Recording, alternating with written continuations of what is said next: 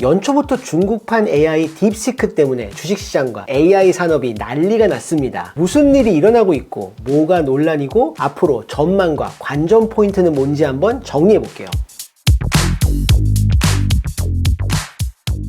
일단 딥시크가 뭔지는 다 아실 거예요. 중국의 AI 기업이 미국보다 훨씬 더 적은 비용으로 수십조 원을 들여서 만든 미국의 AI와 비슷한 성능을 내는 딥시크 R1이라는 버전을 발표를 했고 AI 산업을 충격에 빠뜨렸습니다. 근데 이건 미국에서 어느 정도 자초한 일이기도 한 게 중국이 AI 경쟁력을 따라오지 못하게 미국 정부에서 AI 개발에 꼭 필요한 엔비디아의 고사양 GPU를 중국에 수출을 못하게 막고 있어요. 그러다 보니 저사양 GPU만을 사용해야 되는 중국 기업들은 효율을 극대화하는 데 집중할 수밖에 없고 85억 원 정도의 비용만 들여서 챗GPT의 3.5% 비용으로 AI를 돌릴 수 있다는 딥시크까지 탄생하게 된 거죠. 왜 영화 머니볼을 보면 돈이 많은 뉴욕 양키스 같은 구단주들은 비싼 슈퍼스타 선수들을 영입해서 팀을 운영을 하는데 주인공이 운영하고 있는 오클랜드 야구팀은 구단주가 돈이 없어서 그러지를 못하니까 최대한 효율적으로 팀을 운영하기 위해서 일루 진출률이 좋은 싼 선수를 영입해서 팀을 운영해서 팀을 성공으로 이끈다라는 내용이잖아요. 리소스가 없으니까 더 크리에이티브한 방법으로 효율을 찾자라는 면에서 두 가지가 비슷한 것 같습니다. 근데 이 딥시크를 둘러싼 논란이 많이 있어요. 중국 기업이다 보니까 뭔가 숨기는 게 있을 거야 라고 생각하는 사람들도 있고요. 그래서 우선 딥시크와 관련된 4가지 논란을 한번 정리해 볼게요. 첫 번째 논란은 딥시크가 오픈AI의 챗GPT나 메타의 라마 같은 모델을 가져다가 썼다라는 논란이에요. 베꼈다라는 거죠. 누구나 마이크로소프트 클라우드에 돈을 내고 챗GPT 기술을 사용할 수가 있습니다. 그래서 기업들은 돈을 내고 챗GPT를 사용해서 AI를 내 사업에 활용하는 거죠. 이게 마이크로소프트 같은 미국 클라우드 서비스 기업의 비즈니스 모델이에요. 딥시크 논란은 딥시크가 마이크로소프트 클라우드에서 나만의 챗GPT 를 만들어 놓고 여기에 질문을 계속하면 챗GPT가 답을 줄 거고 이걸 기계가 엄청나게 빠른 속도로 하기 때문에 수천만 개의 질문과 답을 생성할 수 있고 그 데이터를 기반으로 딥시크를 만들었다는 거죠. 사실이 확인된 게 아니라 의혹이고 지금 마이크로소프트와 오픈AI에서 데이터를 도용한 게 아닌지 조사를 하고 있다라고는 합니다. 근데 반면에 AI라는 건 인터넷에 있는 데이터를 기반으로 만든 거고 그럼 딥시크가 챗GPT의 데이터를 사용한 건 문제가 되지 않지 않냐라는 의견도 있어요. 근데 또 재밌는 게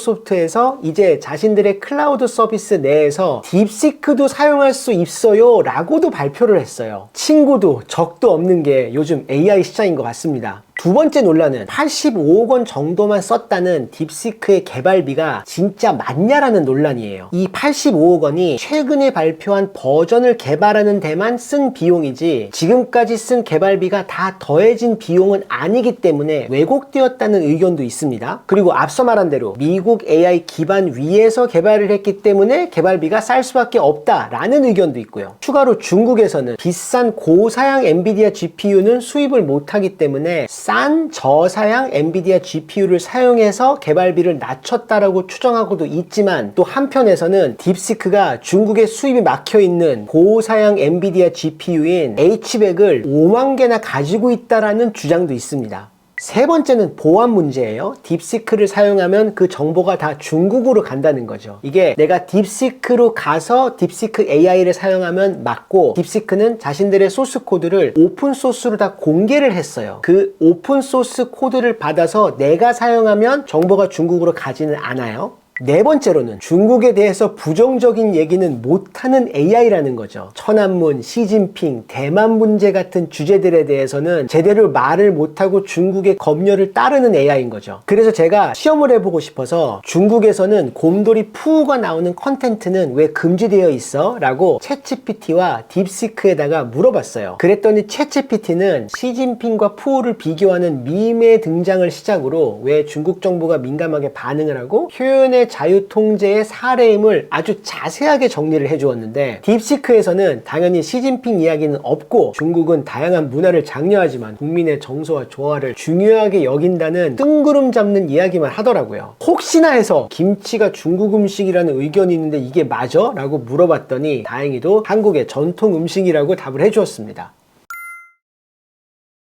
근데 이런 논쟁을 다 떠나서 딥시크는 자신의 소스 코드를 다 오픈소스로 공개를 했고 실제로 낮은 비용으로 AI를 돌릴 수 있음을 결과로서 증명을 했어요. 어떻게 이런 효율이 가능한지 저도 깊게 이해는 못하지만 간단하게 설명을 해보면, 기존에 미국에서 개발하던 AI는 도서관에 있는 모든 책을 다 읽고 그 내용을 다 알고 있는 사람이에요. 그래서 뭘 물어보면 답을 다 알고 있습니다. 그 책을 다 읽고 학습하는 데는 리소스가 많이 들어가기 때문에 수십조 원의 개발비가 들어갈 수밖에 없는 거죠. 반면에 딥시크는 도서관에 앉아있는 사람인데 책은 하나도 읽지 않았어요. 근데 누가 뭘 물어보면은 그 답이 어디에 있는 어느 책에 있는지를 알고 후딱 가서 읽어와서 답을 줄 수 있는 거예요. 그러다 보니까 더 싸게 AI를 돌릴 수 있는 거죠. 적어도 이게 제가 들은 제일 쉬운 설명이었어요. 그리고 AI를 더 싸게 운영할 수 있다라는 건 AI를 개발하는 회사건 AI를 사용하려는 회사건 모두에게 좋은 소식이죠. 그럼 진짜 중요한 관전 포인트는, 이렇게 AI를 개발하고 운영하는데 효율적이 된다면 앞으로 어떤 변화가 생길 거냐예요. 이것도 4가지 관전 포인트 한번 정리해 볼게요. 첫 번째로, AI가 더 효율적이 됐으면 앞으로 빅테크 같은 기업들이 AI 투자를 줄일 거냐 아니면 지금처럼 계속 투자를 할 거냐예요. 지금까지 100의 성능을 내기 위해서는 100의 투자가 필요했는데 더 효율적이 돼서 이제 10만 투자해도 100의 성능이 나온다면 앞으로 나는 10만 투자해서 100의 성능을 보여줄 건지, 아니면 나는 계속 100을 투자를 해서 성능을 1000으로 끌어올릴 건지의 차이인 거죠. 마치 과거에 미국과 당시의 소련이 우주 경쟁을 하고 있을 때 소련이 먼저 스푸트니크 인공위성을 쏘아 올려서 미국을 충격에 빠뜨렸지만 그 후로 미국은 더 많은 투자와 연구 개발을 해서 인간을 달에 보냈잖아요. 그래서 제 생각에는 특히 빅테크들은 성능을 1000으로 끌어올리는 거를 쫓을 것 같고, 테크 업계는 같은 하드웨어로 더 높은 성능을 낼 수 있는 소프트웨어가 개발되었을 때 한번 근본적으로 진화를 하는 것 같아요. 얼마 전에 한 기자가 마크 저커버그에게 딥시크 때문에 AI 투자를 줄일 계획이 있냐라고 물어봤더니 아직은 너무 이르다라는 답을 하기도 했습니다. 두 번째는, AI의 대장인 엔비디아는 어떻게 될 거냐는 거예요. 요즘 엔비디아 주가 앞으로 어떻게 될지가 정말 뜨겁잖아요. 한쪽 의견은 AI 효율이 올라가니까 앞으로 엔비디아 GPU가 지금까지 생각했던 것보다는 덜 필요할 거야. 그리고 엔비디아도 지금처럼 높은 마진을 받기는 어려울걸? 이란 의견이에요. 그래서 딥시크가 화제가 된 다음 저희는 휴일이었던 월요일에 엔비디아 주가는 무려 17%나 빠져서 시가총액으로는 850조 원 정도가 빠졌습니다. 역사상 하루에 빠진 시가총액 금액으로는 1위라고 해요. 이때 한국의 연휴였어서 한국 주식시장이 안 열린 건 정말 다행이라고 생각을 합니다. 이때 만일 한국 주식시장이 열렸다면은 삼성전자나 SK하이닉스나 난리가 났을 것 같고 서킷 브레이커도 걸렸을 것 같아요. 반면에 AI를 돌리려면 저사양이든 고사양이든 GPU는 필요하고, 이 GPU는 엔비디아를 따라갈 곳이 없기 때문에 엔비디아 수요는 장기적으로 큰 타격이 없을 거라는 의견도 있습니다. 또 앞서 말한 대로 업계가 성능을 1000으로 끌어올리는 방향으로 흘러간다면 엔비디아의 경쟁력은 계속되겠죠. 그래서 딥시크도 앱스토어 다운로드 순위 1위도 되면서 사용량이 크게 늘어서 요즘 엔비디아 GPU 더 구하러 다니고 있다라는 소식도 들었습니다. 엔비디아 주가는 폭락한 다음 날에는 9% 정도가 올라서 회복하는 모습을 보이다가 다시 조금 더 떨어져서 현재는 딥시크 폭락 전보다 약 15% 하락해 있는 상태예요. 저는 개인적으로는 길게 보고 투자하는 장기 투자만 하기 때문에 이번에 엔비디아 주가가 폭락을 했을 때 역시 길게 보고 추가 매수를 조금 했어요. 그래도 앞으로 엔비디아 주가는 롤러코스터를 당분간은 탈 것 같다는 생각도 들어요.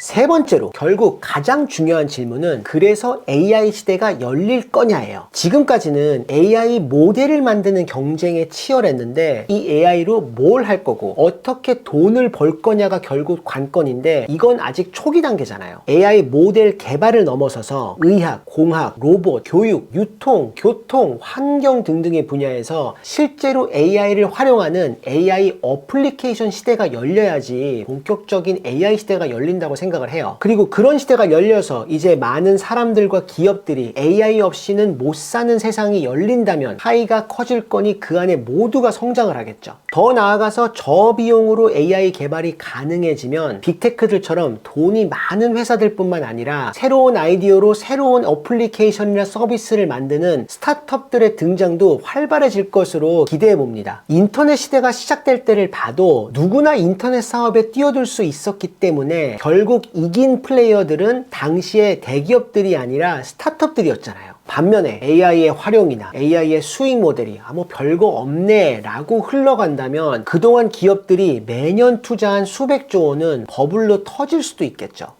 네 번째로는 어떤 기술이든 진화하면서 생기는 오픈형이 맞냐 폐쇄형이 맞냐의 논쟁이에요. 오픈형은 오픈소스로 소스 코드를 누구나 볼 수 있게 공개를 하고 다른 개발자들이 그 소스 코드를 가지고 다른 걸 만들 수도 있게 하는 모델이에요. 대표적으로는 모바일의 안드로이드가 오픈소스죠. 폐쇄형은 소스를 공개 안 하는 모델이고 애플의 iOS가 대표적인 폐쇄형 모델이죠. AI 모델 중에는 오픈 AI의 챗GPT나 구글의 제미나이가 물론 일부 소스를 공개하긴 하지만 대표적인 폐쇄형 AI 모델이고 메타의 라마가 대표적인 오픈소스 AI 모델이에요. 딥시크도 오픈소스라서 요즘 역시 소프트웨어는 오픈소스지 라는 목소리가 굉장히 커요. 그래서 딥시크 때문에 미국 테크 기업 주가가 다 떨어진 날 메타는 주가가 올랐는데 오픈소스 AI의 리더가 메타이기 때문에 주가가 올랐다라는 의견이 많이 있습니다. 이 폐쇄형 오픈형 논쟁은 새로운 플랫폼이 메가 트렌드가 되면서 폐쇄형 하나와 오픈형 하나가 하나씩 살아남아서 양대 산맥을 이루는 경우가 많았어요. PC 시대에는 오픈형 OS인 윈도우즈와 폐쇄형 OS인 맥이 살아남아서 양대 산맥을 아직까지 이루고 있고 모바일에서는 안드로이드와 iOS가 양대 산맥을 이루고 있잖아요. 그래서 지금은 많은 AI 모델들이 태어나고 경쟁을 하고 있지만 결국은 두 개가 살아남지 않을까라는 생각도 듭니다.